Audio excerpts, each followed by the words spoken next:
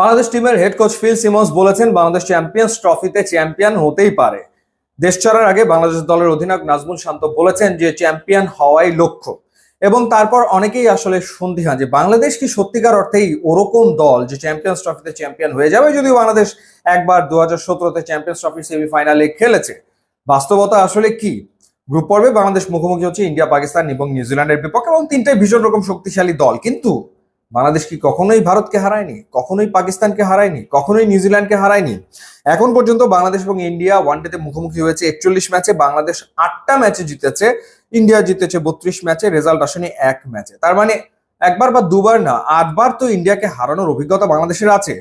পাকিস্তানের বিপক্ষে খেলেছে বাংলাদেশ 39টা ওয়ানডে ম্যাচ, যেখানে বাংলাদেশ জিতেছে 5 ম্যাচে, পাকিস্তান জিতেছে 34 ম্যাচে। নিউজিল্যান্ডের বিপক্ষে বাংলাদেশ খেলেছে 45 ম্যাচ, বাংলাদেশ জিতেছে 11 ম্যাচে, নিউজিল্যান্ড জিতেছে 33 ম্যাচে, রেজাল্ট আসেনি একটা ম্যাচে। এছাড়া চ্যাম্পিয়ন্স ট্রফিতে অংশগ্রহণ করছে বাকি যে দলগুলো, ইংল্যান্ডের বিপক্ষে বাংলাদেশ 25 ম্যাচ খেলে 5টা ম্যাচে জিতেছে, ইংল্যান্ড 20 ম্যাচে জিতেছে। সাউথ আফ্রিকার বিপক্ষে বাংলাদেশ 25 ম্যাচ খেলে 6 ম্যাচে জিতেছে, সাউথ আফ্রিকা 19 ম্যাচে জিতেছে। আফগানিস্তানের বিপক্ষে 19 ম্যাচ খেলে বাংলাদেশ 11 ম্যাচে জিতেছে, আফগানিস্তান 8 ম্যাচে জিতেছে। এবং অস্ট্রেলিয়ার বিপক্ষে বাংলাদেশ 22 ম্যাচ খেলে একটা ম্যাচে জিতেছে, একবারই জিতেছে, সেটা তো সেই বিখ্যাত ম্যাচ কার্ডিফে আশরাফুলের সেই দুর্দান্ত সেঞ্চুরিতে। তার মানে কি দাঁড়ায়? তার মানে হচ্ছে চ্যাম্পিয়ন্স ট্রফিতে যারা খেলছে বাংলাদেশ সবগুলো দলকে হারিয়েছে। অস্ট্রেলিয়ার বিপক্ষে মাত্র একটা জয়, কিন্তু বাকি দলগুলোকে একাধিক ম্যাচে বাংলাদেশ হারিয়েছে। তো চ্যাম্পিয়ন্স ট্রফিতে ওই অবিশ্বাস্য রেজাল্ট, যেটা অনেকের মতেই চ্যাম্পিয়ন হওয়া, সেই ক্ষেত্রে বাংলাদেশকে 4টা ম্যাচ জিততে হবে। তো যেহেতু বাংলাদেশ এই দলগুলোর বিপক্ষে একাধিক ম্যাচে জিতেছে, সুতরাং যদি সেরা ক্রিকেটটা বাংলাদেশ খেলতে পারে তাহলে সেটা সম্ভব হলেও আসলে হতে পারে। কিন্তু প্রবলেম যেটা, সেটা হচ্ছে প্রস্তুতি।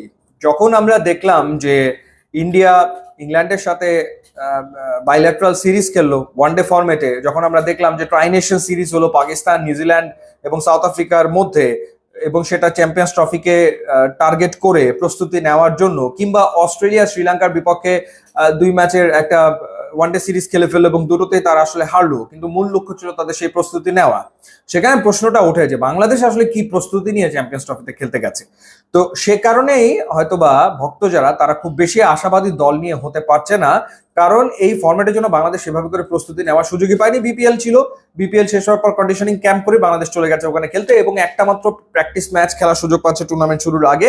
এই প্রস্তুতি নিয়ে আসলে কতটা ভালো করা সম্ভব, সেই সেই ভাবনাটাই জেকে বসেছে অনেকের মনে। কিন্তু যারা খেলছে তাদের সবার বিপক্ষে বাংলাদেশের জেতার অভিজ্ঞতা রয়েছে, এবং সেই বিশ্বাসটা রাখতে দোষ কোথায় যে বাংলাদেশ এবারে আসলে ভালো কিছু করবে।